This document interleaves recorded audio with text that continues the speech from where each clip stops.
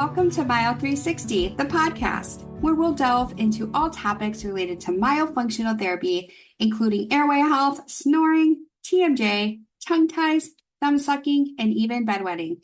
As a myofunctional therapist and a formal dental hygienist, I am sharing stories and tips to help you identify if myofunctional therapy is right for you and how it works to improve your overall health.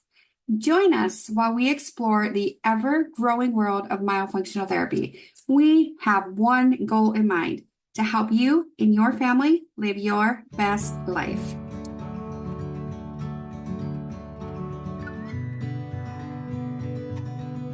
Hello, and welcome back to Myo360 Holistic Solutions for Better Breathing and Better Sleep. I am your host, Becca Rose from Myofunctional Pathways. In this episode, I'd like to dive a little bit deeper into my own sleep and airway health. I'm going to get a little vulnerable here and give you a little bit of information about my experiences with sleep or lack thereof, and then also share some of my client experiences that have changed after myofunctional therapy or tongue tie release or a combination of the two. So let's get right into it. I was a kid who had tons and tons of trouble sleeping. This started in early middle school. Very anxious, racing mind. Couldn't turn off my thoughts at night. I had trouble getting comfortable physically. I would toss and turn all night. And even in middle school, sixth, seventh grade, my sister and I, we started skipping school.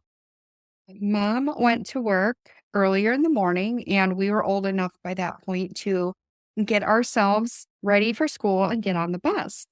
Since mom was gone, we took advantage of that sometimes, and we decided, hey, we're not going to school today, and we'd skip school.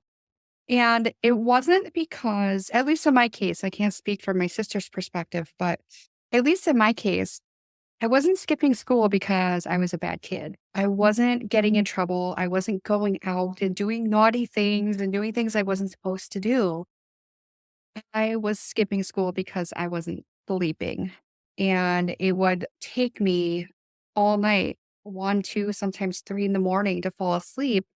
And then you're getting up at 6 or 7 and you didn't have enough sleep. So I'm like, oh yeah, screw this. I'm not going to school today. We grew up in a single parent household. So it was just my mom. And she worked about 45 minutes away from our house. So she wasn't right down the street. There's once or twice that I remember her coming home and dragging our butts to school and threatening to, we're going to have the cops pick you up if you don't come to school. The schools are making the threats. Then mom is making the threats, but we skip school a lot. And I don't want to laugh and make it like funny, but it was at the time. I'm not going to lie. It's not now. And if that was my child, I'd be having a conniption if he was skipping school. So you look at it from two different set of eyes, right? Versus when you're a kid versus when you're an adult. But anyway, this this went on all the way through high school. This went on all the way through my entire adult life until literally about 3 or 4 years ago. So I am 43 years old. So to give you any idea, I've spent 30 years or so not sleeping well, and that takes its toll. So what happened when I was a kid, right? When I was a kid, also in like 5th, 6th grade, I started gaining a lot of weight. And there wasn't a lot of focus on testing and trying to figure out what was the problem back then in the 90s. We did check my thyroid though when I was young just to make sure that wasn't contributing to the weight gain, and then probably the sleeping stuff too. But anyway, that came back normal at the time, and all right, it was dismissed. There wasn't really anything else to do. Everything was fine. So we continued this way all the way through high school, all the way through adulthood until, like I said, about 3 years ago, 4 years ago, when I learned about myofunctional therapy. And then I learned about functional breathing, buteyko breathing. And those are the two things that really changed my life. I cannot even tell you how much, especially the breathing, has absolutely changed my life. All right. I'm with you guys. I'm in the same boat. All the sleep troubles you have, all the snoring, the tossing, turning, the insomnia, the restlessness, that was me until 3 years ago. All right. So I completely get it. When I was 28 years old, I was tested for sleep apnea. My husband said to me a few times, he said, "It sounds like you're gasping for air when you're sleeping. You're snoring really loud. I know this isn't normal." Okay. So we were in our 20s. We were 28. He's a couple years older than me.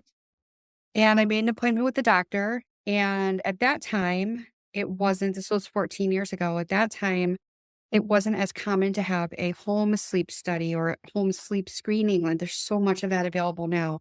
So I went to the hospital to have my sleep study done. They hook you up to all the wires and all the things on your head and all the pads and leads and everything. And they monitor you all night, essentially. To give you any idea on how bad my sleep was, that first night when I went there, they even gave me a sleeping pill so that I would go to sleep. And I got 2 hours of sleep. And it was not even enough time for them to get any data to study me to see if I had something going on. So guess what? I got to go back and do it a second time. So I did it twice. And then, yes, I only got about 5 hours of sleep that second time, but it was enough to gather the information that we needed to make the diagnosis. And the diagnosis was moderate sleep apnea. I wish I could remember how many episodes an hour of breathing pauses I was having. I want to say it was 14 to 25. Can't remember. I don't have the report. It was so long ago. But anyway, so I got a CPAP machine and that was fun. I'm kidding, of course. It took some getting used to. It's not the most comfortable thing. If you have one or know someone who does, it's not their most favorite thing. But here's the thing. After all these years, after 14 years of wearing the thing, it's hard for me to give it up now. And I don't need it anymore. I don't technically have sleep apnea anymore after being retested, rescreened. But I can't get rid of it because I've been wearing it for so long. It's like my favorite pillow. It's like your favorite pillow, your bed, your favorite blanket. When you go on vacation and you don't have your thing, your favorite thing, you can't sleep. It's the same thing with me and my CPAP machines. Oh, it's hard. And again, I completely get it because I'm in the same boat and have been in the same boat. I wear it probably half the time. And I'm starting to try to wean myself off the CPAP machine, as bad as that sounds. I have to wean myself off of it. But honestly, most of the time I still wear it because my cat likes to put his butt in my face when and the CPAP machine protects my face from my cat's butt. So that's pretty much why I keep wearing it. I told you I was going to get candid today and be a little vulnerable. So that's why I wear it. Okay. And also, it still is a sense of comfort. Even though it's a big, clunky mask on my face, I have the full face mask that covers my nose and my mouth. And even though it's a full face mask, it's comfort in a way because, excuse me, because it has been there for so long. I've had it for so long. It's hard to get rid of it. On the other hand, you have people who have been wearing or been diagnosed with sleep apnea for the same amount of time or longer and have said, nope, forget it. I'm not wearing this thing. I can't get used to it. I hate it. I don't want to wear it. And then they don't wear it. And then we know how dangerous that is if you are diagnosed with sleep apnea and you get a CPAP machine and you don't wear it because you can't tolerate it. That could literally be deadly. So don't stop wearing it. Find some other help, okay? Part of what I do here is I help people learn how to breathe better. And you don't realize how much breathing impacts your whole entire body, how it impacts your sleep apnea, your health, your blood flow, your oxygenation, your immune system, being able to lose weight. It affects every system of the body. So if this is not working for you, the CPAP machine is not working for you, let's get you breathing better and more efficiently because that is going to help make your CPAP machine more tolerable. And the reason it does that is because you learn how to breathe more efficiently. Then your machine doesn't have to kick up pressure at night and wake you up because you start to go into an apneic event while you're sleeping. And then the machine's, panic. And it bumps your pressure, your air pressure up really high. And then that's what wakes people up.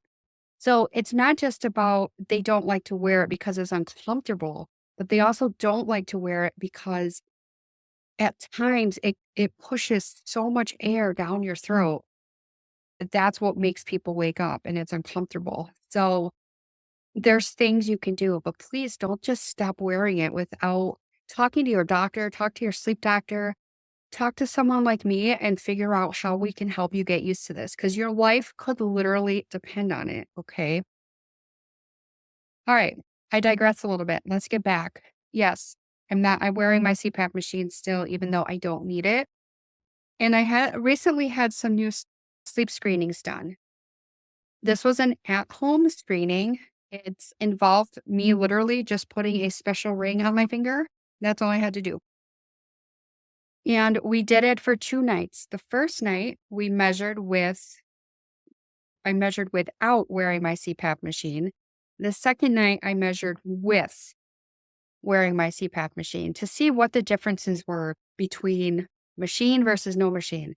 And I'm literally looking at my 2 reports here, side to side, and the data gathered is almost identical on both nights. So the night without the CPAP machine, I experienced above average sleep quality. Sleep efficiency was above expected value. AHI, that's the one I'm really looking at here, the apnea hypopnea index. That is telling you how many events you have per hour.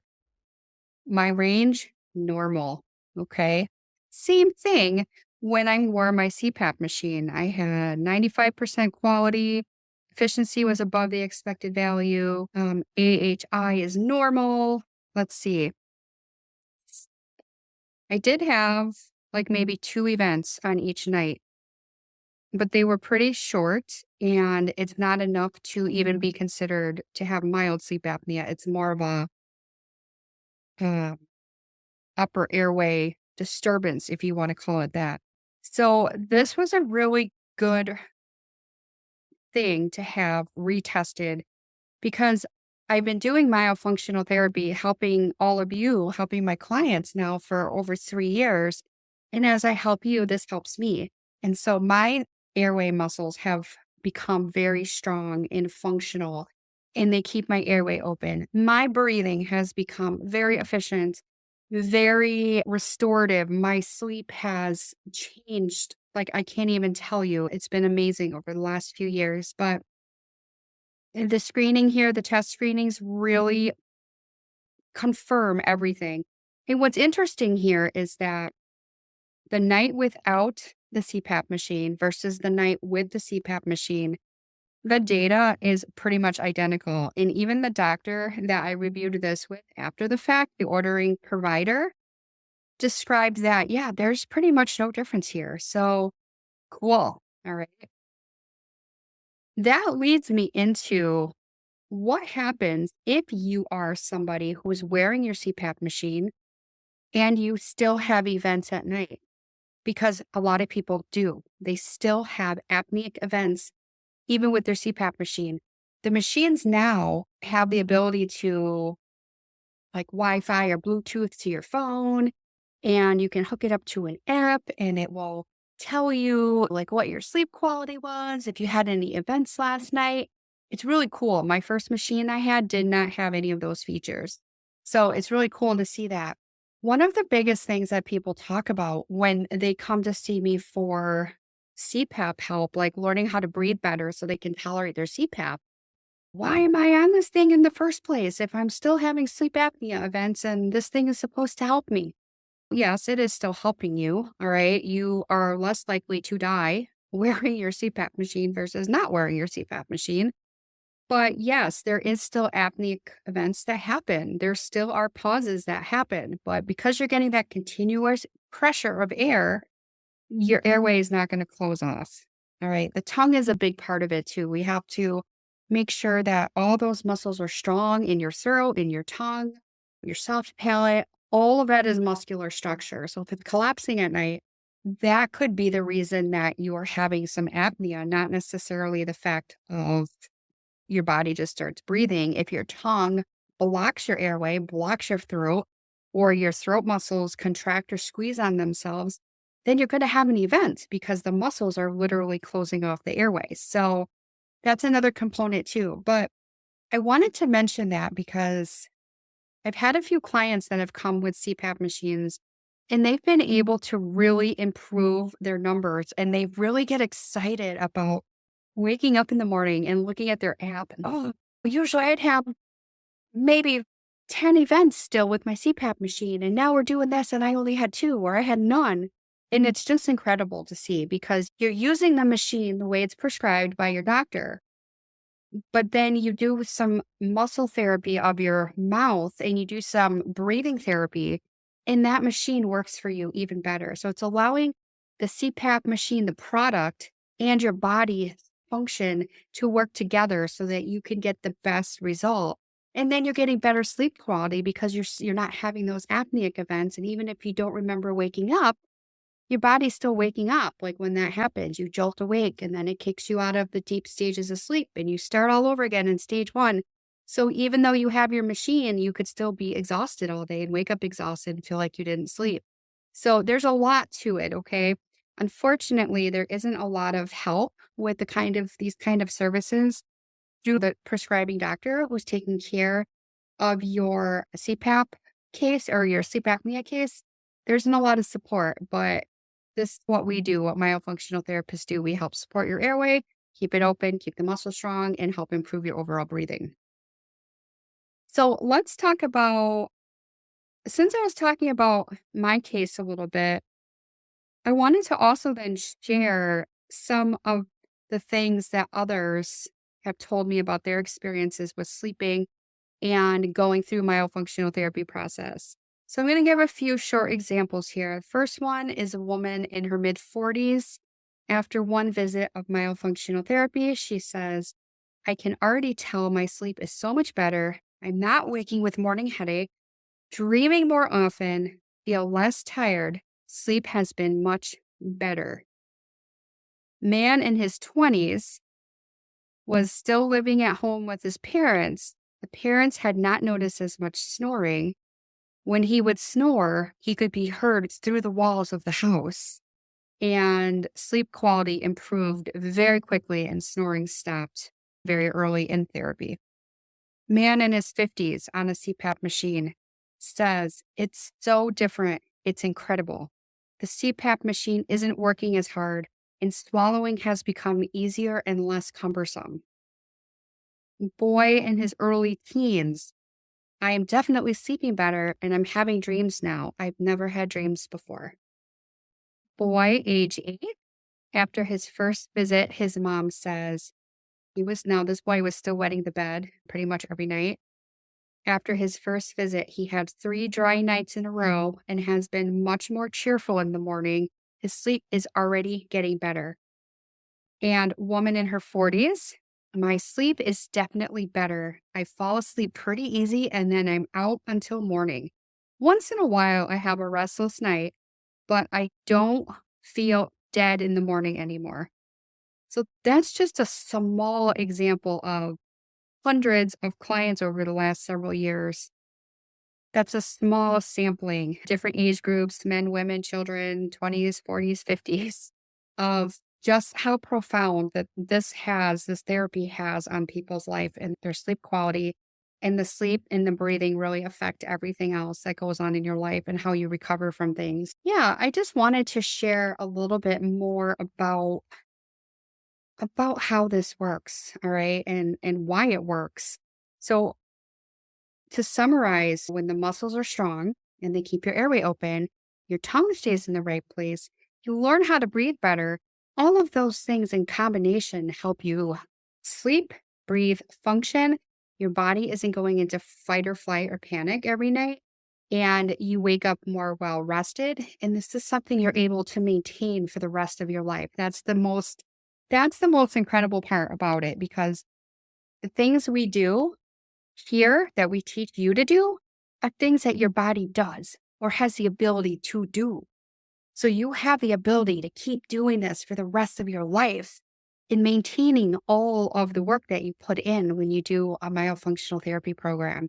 So take that with you and know that the time and energy that you put into your life and your symptoms is going to return its investment probably tenfold in your lifetime. If you have trouble sleeping, whether you're on a CPAP machine or not, whether you have sleep apnea or not, if you are sick and tired of being tired and you're dragging all day long, you need a nap in the afternoon, you don't have any energy, and you've tried everything else, and you want to try something that actually utilizes your body and the way it's supposed to work, schedule your discovery call with me. Find my website, myofunctionalpathways.com. Schedule a free discovery call where we can talk about your symptoms. And we'll go from there to see if I can help you and how you would benefit from this process. So thanks, as always, for listening, and I'll catch you next time.